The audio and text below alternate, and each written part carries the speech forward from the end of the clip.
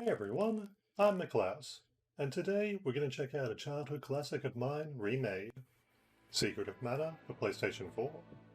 The game kicks off by giving us a brief history lesson turned legend about how the world almost ended, but with the help of the Mana Sword, a hero rose up and saved it all. But as time passes, so history repeats. This epic intro sets us up for disappointment. We see very quickly that while the character models have migrated successfully from 2D to 3D, it looks like there was some argument between whether to stay true to the 2D sprite or recreate a whole new 3D model, Yeah, we're not supposed to be here. and we got stuck somewhere in between.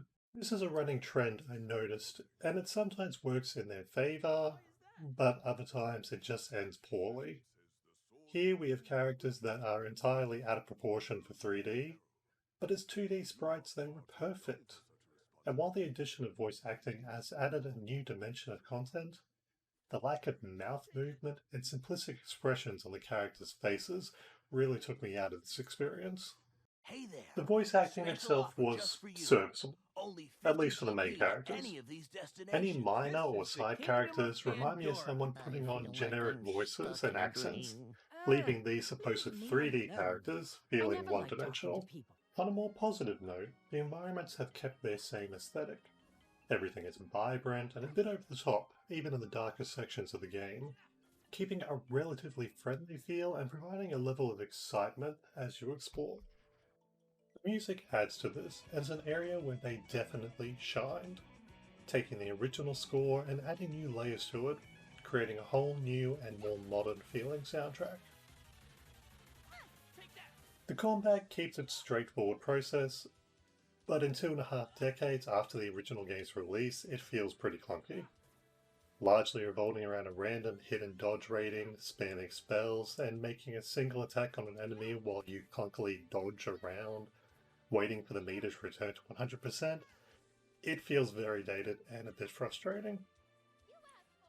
This is another situation where we see the transition to 3D needed some additional tweaking that just wasn't done, as now enemies are able to attack in a 360-degree range.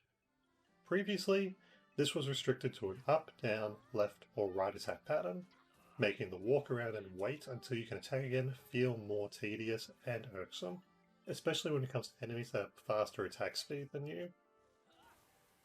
The AI that controls your two teammates isn't particularly grand, but at least it's had some changes made to it. The AI customization gives you a few more options and the ability to simply run on without them when they get stuck, and entering in and out of the menu to instantly catch them up. It's definitely signs the developers were working around some older issues. One of my favorite additions to the remake is the inclusion of little story sequences. If you've triggered one of these instances, it plays automatically when you stop at an inn and gives you a better insight into the personalities of the main characters and how they interact with each other. This makes them feel a bit more fleshed out, though I can't say I saw any actual character growth. And as someone who rarely stops at an inn except when I'm grinding magical levels, I ended up watching stories that occurred hours ago, but we've moved long past. I would really rather have seen them when they were relevant. At the end of it all, the Secret of Mana remake for PlayStation 4 felt more like a remaster. We see improved graphics, audio, and a few new additions and tweaks here and there, but nothing that really justified a full remake.